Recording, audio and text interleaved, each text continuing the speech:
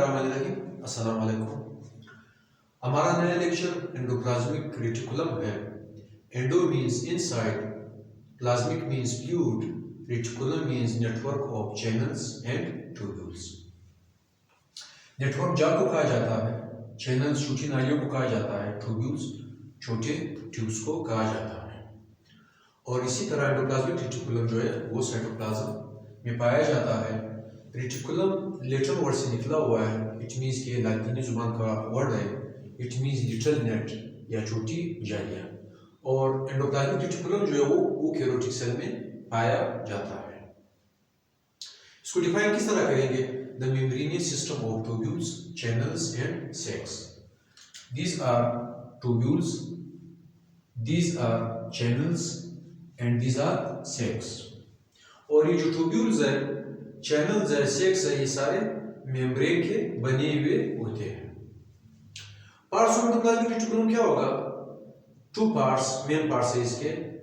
एक सिस्टर्नी होगा, सिस्टर्नी का सिंगुलर सिस्टर्ना होगा।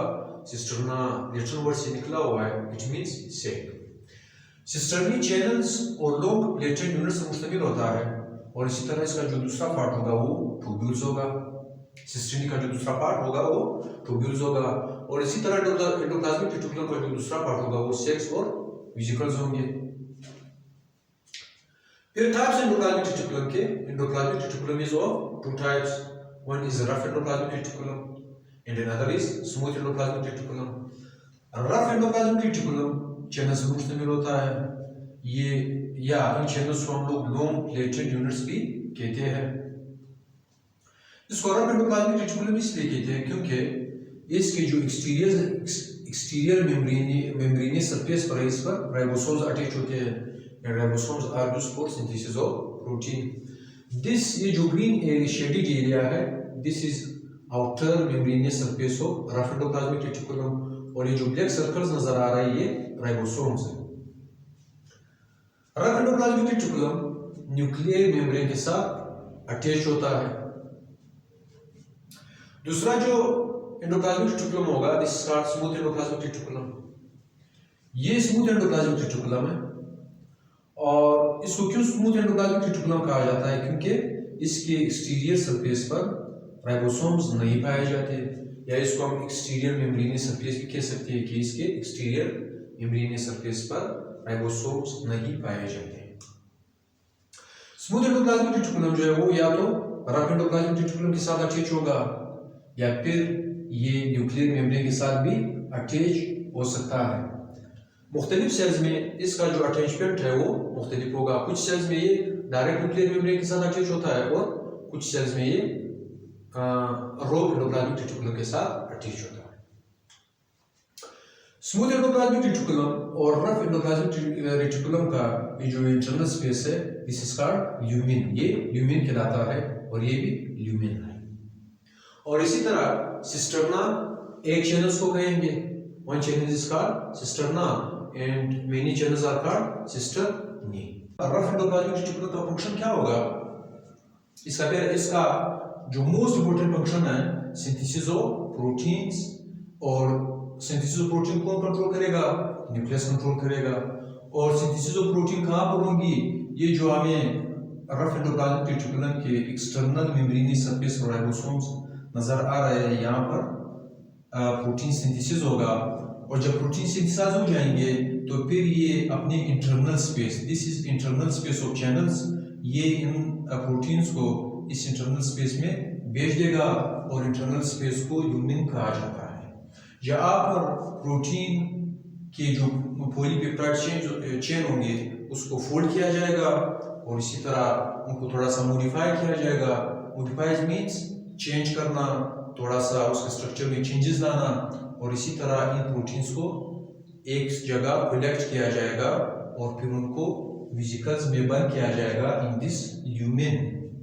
या एक वेसिकल में इन प्रोटीन्स को बंद किया जाएगा या वेरियस वेसिकल्स में इनको बंद किया जाएगा और आखिरकार इनको गोल्गी बॉडीज के पास भेज दिया जाएगा। वेसिकल्स जिस कोट पर मुश्तमिल होते हैं इसको कहा जाता है कोट प्रोटीन 2। और कुछ बुक्स में ये जो कोट है इसको मेम्ब्रेनियस शो किया हुआ है कि दिस जो आउटर कोट है जिसमें प्रोटीन्स पाए जाते हैं और ये कोट जो वेसिकल का होता है ये मेम्ब्रेन पर मुश्तमिल होता है। जब ये वेसिकल गोल्गी बॉडीज के पास जाएंगे तो गोल्गी बॉडीज फर्दर प्रोटीन के स्ट्रक्चर्स में थोड़े से चेंजेस करेगा और उनको फिर वेसिकल्स में बंद करेगा और डिफरेंट डेस्टिनेशन की तरफ रवाना कर देगा। वो डेस्टिनेशन क्या होगी, या तो उनको आउटसाइड से भेज देगा जिसको एक्सोसाइटोसिस कहा जाता है, या ये प्रोटीन मेम्ब्रेन्स बनाएंगे, वेरियस मेम्ब्रेन जो सेल्स में वेरियस ऑर्गेनेल्स पाए जाते हैं उनके मेम्ब्रेन बनाएंगे, या फिर सेल मेम्ब्रेन का इंटीग्रल पार्ट बन जाएंगे। और इसी तरह गोल्गी बॉडीज इन प्रोटीन्स को एज लाइसोजाइम से सेक्रेट करेंगे, या फिर ये प्रोटीन्स साइटोस्केलेटन का इंटीग्रल पार्ट बन जाएंगे। फिर इसके बाद function of smooth endoplasmic reticulum होगा। स्मूथ एंडोप्लाज्मिक रेटिकुलम ये इस तरह हमने पहले डिस्कस किया, ये भी एक मेम्ब्रेनियस स्ट्रक्चर है, ये भी डबल मेम्ब्रेन में बंद है और इसमें भी इस तरह की स्पीसीज पाई जाती है व्हिच आर कॉल्ड ल्यूमिन्स, जिसको ल्यूमिन्स कहा जाता है। और इसका जो फर्स्ट फंक्शन होगा ये लिपिड सिंथेसिस होगा। लिपिड कौन से लिपिड बनेंगे स्मूथ एंडोप्लाज्मिक रेटिकुलम में? फास्फोलिपिड बनेंगे और इसमें कोलेस्ट्रॉल बनेंगे।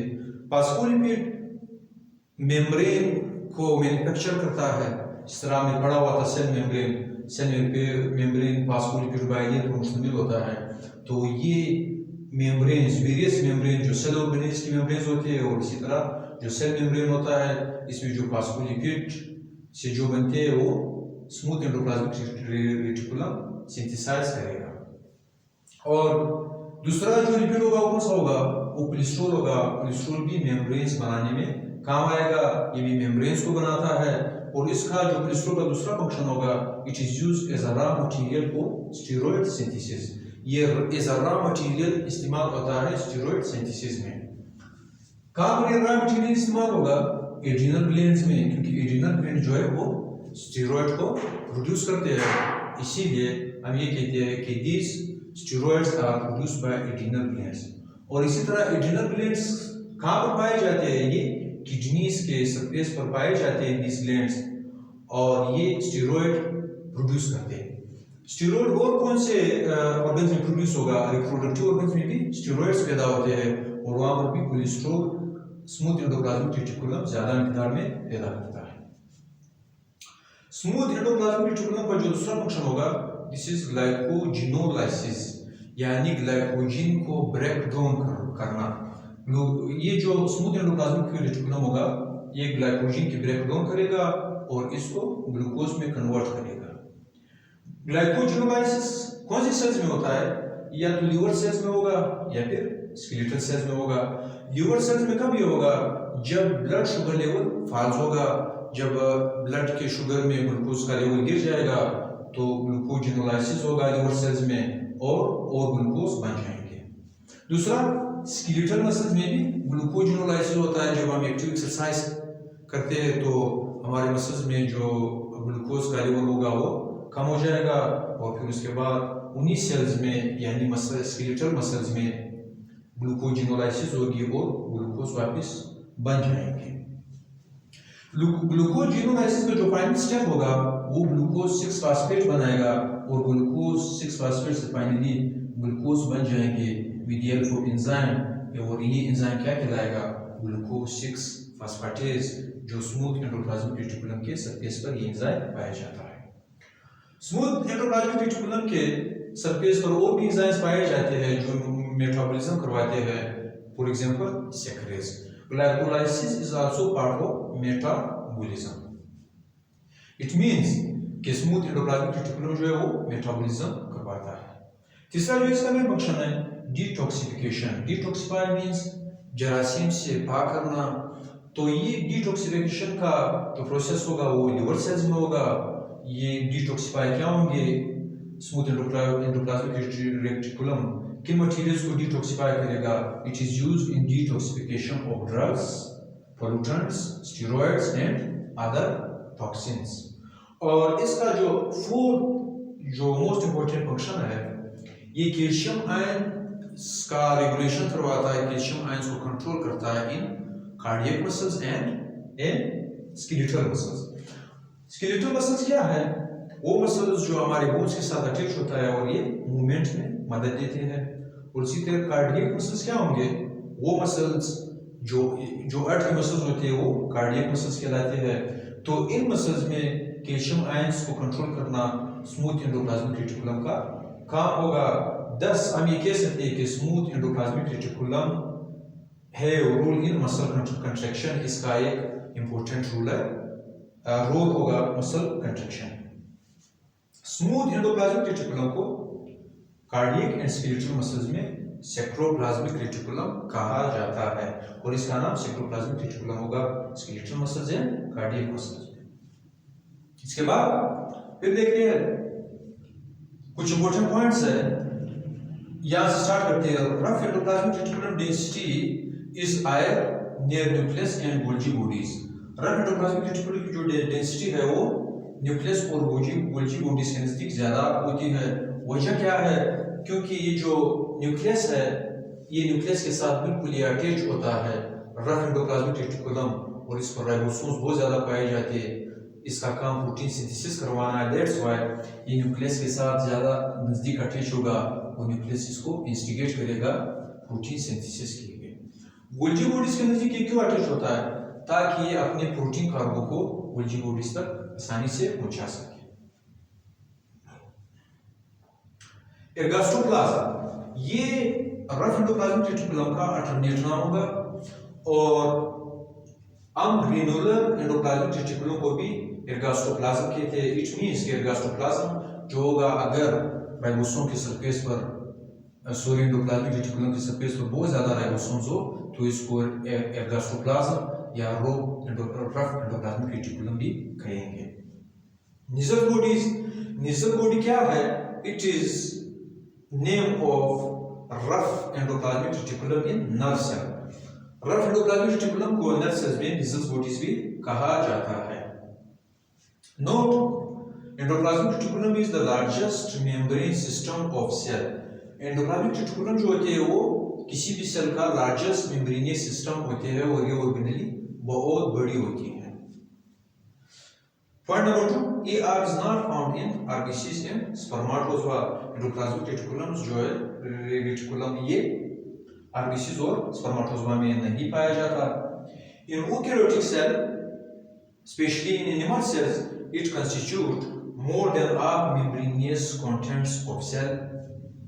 और इसी तरह जो फोर्थ पॉइंट होगा, mitochondria and chloroplast membrane are not formed by ER। वैसे एंडोप्लाज्मिक रेटिकुलम जो है वो सारे ऑर्गेनेल्स के का मेम्ब्रेन बनाता है लेकिन ये माइटोकॉन्ड्रिया और क्लोरोप्लास्ट का मेम्ब्रेन नहीं बनाएगा। माइटोकॉन्ड्रिया और क्लोरोप्लास्ट में जो मेम्ब्रेन बनेगा वो प्रोटीन से बनेगा और वो प्रोटीन जो है वो प्री राइबोसोम प्रोड्यूस करते हैं। वो राइबोसोम प्रोड्यूस करते हैं जो एंडोप्लाज्मिक रेटिकुलम का हिस्सा नहीं होते। वो सेल में फ्रीली पाए जाते हैं और न्यूक्लियस उनको इंस्टिगेट करता है कि वो प्रोटीन प्रोड्यूस करे and then this proteins become integral part of membrane of mitochondria and chloroplast.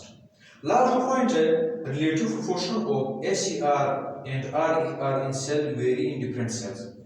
जो स्मूथ एंडोप्लाज्मिक और रफ एंडोप्लाज्मिक रेटिकुलम है इनकी अमाउंट, इनका मिकदार मुख्तलिफ सेल में एक जैसा नहीं होता, इनमें मुख्तलिफ होता है। ये उन सेल्स के फंक्शन पर डिपेंड करता है। लेट्स सपोज अगर किसी सेल में प्रोटीन ज्यादा सिंथेसाइज करने हो तो उसमें रफ एंडोप्लाज्मिक रेटिकुलम पाया जाएगा। अगर किसी सेल में कोलेस्ट्रॉल ज्यादा बनते हो या फास्फोलिपिड ज्यादा बनते हो तो उन सेल्स में स्मूथ एंडोप्लाज्मिक रेटिकुलम की मिकदार ज्यादा होगी। इंपॉर्टेंट एक और पॉइंट डिस्कस करना है। सिस्टर्नी बलूचिस्तान बोर्ड ने सिर्फ चैनल्स और लॉन्ग प्लेटेड यूनिट्स को कहा हुआ है, ट्यूब्यूल्स को निकाला हुआ है और सिस्टर्नी का जो सिंगुलर है ये सिस्टर्ना होगा। सिस्टर्ना जो लैटिन वर्ड है it means sink. It means कि this one channel is called cisterna. एक चैनल को सिस्टर्ना कहा जाता है और वेरियस चैनल को सिस्टर्नी कहा जाता है।